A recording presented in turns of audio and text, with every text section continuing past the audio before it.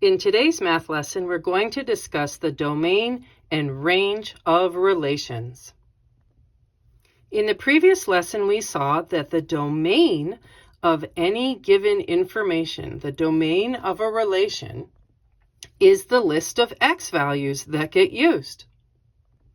We also saw in the previous lesson that with the range, we learned that it is the list of y values that get used.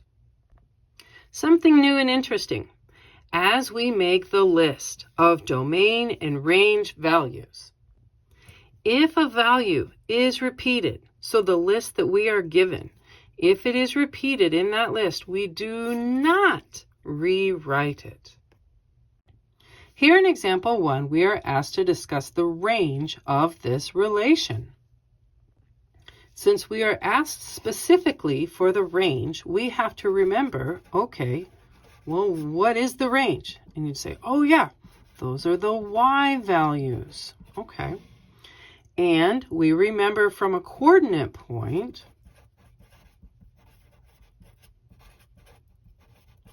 that our values are always given in x and then y order. Alrighty. So looking at our list of points, you can, if you choose, which I think makes it very user-friendly, make it a table, remembering that tables have x on the left, y on the right, just like your coordinate points. And our range is asking for the y values. Great.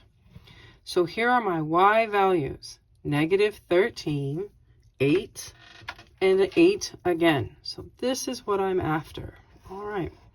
Now we saw in the introduction that if a value in the list is repeated, you do not rewrite it. All right. So we have 8. It is repeated. We do not rewrite it. So our range values are -13 and 8. You just put a comma in between them, and there you go. In example 2, we are asked to discuss the domain of the given relation. Seeing that this problem is asking for the domain, we need to have a quick moment of, oh yeah, what is a domain? And you would look at the introduction and say, oh yeah, those are the x values. Let's spell values correctly. That looks horrible. Okay, and we can look at this from the viewpoint of coordinate points or tables. So coordinate points always go x and then y, with x on the left, y on the right. And tables are also x and then y. X is on the left, y is on the right. So I think it's very helpful to take this list of coordinate points and then just kind of gently convert them into being a table. Remembering that our x values are here on the left with our y values on the right. And since we are asked to specifically to look at the domain, we know that we need to look at all of our x values. So here are my x values, and none of them repeat, which is great, because we know that if a value is repeated, you do not rewrite it. So let's just write them since they are all different. My smallest x value is -8, comma. My next value would be -1. So we write them in theory in increasing size. Then we have a 0, comma, and finally our last x and our largest x value is an 18. And there you go. In example 3, we are asked to determine the domain of the given relation of these coordinate points listed shown on the coordinate plane. Since we are specifically asked to discuss the domain, we first remember what a domain is, and we know that the domain is the list of x values. So when we do this, it's really helpful to look at a couple of things. Sure, yeah, we know that the domain comes from the x part of each coordinate point. This is true. But since our relation was given to us on a coordinate plane, another way to look at this would be to say, hey, what number along this x-axis right here does any given coordinate point correspond with? What does it go with? So I think that looking at a coordinate plane, at a graph, makes finding the domain and range really simple, really friendly. So since I'm looking for x values, because we're looking for the domain, I can start here and find my furthest to the left point. Well, there it is. And then just go straight down to the x-axis, and I find, oh, I started with a value of -3. Okay. And then as I begin moving along to the right, hey, I found a second coordinate point. So if I say, all right, where on the x-axis does it hit? Oh, well, that's a -1. Here again, moving to the right, is my third coordinate point. And when I drop it down to the x-axis, I see that it lines up with 0, comma. And finally, my fourth coordinate point is here all the way to the end. It is my largest value. And just coming straight up to the x-axis, I see it hits at the 5. And there you go, of -3, -1, 0, and 5. In our fourth example, we are asked to discuss the range of the given relation in this particular coordinate plane. So we start this off by saying, okay, what are they looking for? Oh yeah, the range. And then we have a quick moment and we say, okay, so what is a range? And you say, oh yeah, those are the y values.